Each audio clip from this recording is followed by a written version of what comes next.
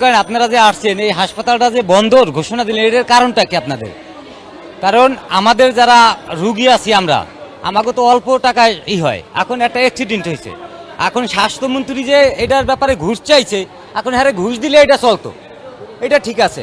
আর অন্য অন্য জায়গায় যে এই যে গাড়ি পড়ছে রোজায় একটা, কুরবানিতে একটা, সেইটার লাইসেন্স তো বাতিল হইল না, তাহলে আমরা তো এখানে সাধারণ মানুষ সেবা পাই, ভালো সেবা পাই, তাহলে এটার লাইসেন্সটা বাতিল হইলে আমরা এখন এই মুহূর্তে কোথায় যাব?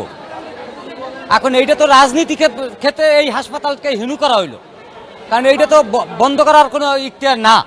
যাগো অক্সিজেন দেওয়া এখন এনতে বাইর করলে দেখা গেছে যে উনি আজকে কোনো হাসপাতালে ভর্তি করতে পারবে না, তারা এই বাচ্চা নিয়ে কোথায় যাইবে? তারা কোথায় যাইবে, কি হবে সেই বাচ্চাগো? এখানে তো হাজার হাজার অক্সিজেনের রুগী আছে, আমার আছে, আর একজনের আছে, আর এক ভাইয়ের আছে, আর এক বোনের আছে, আর এক আছে, তখন তারা কোথায় যাইবে? এখন যদি ওনাকে বড় অঙ্কে টাকা দিত তাহলে এটা লাইসেন্স ঠিক থাকতো, কারণ এইটা রাজনীতি ক্ষেত্রে একটা হিনু করা। এতটুকুই আমার কথা, যে এই হাসপাতাল যাতে বন্ধ না করে।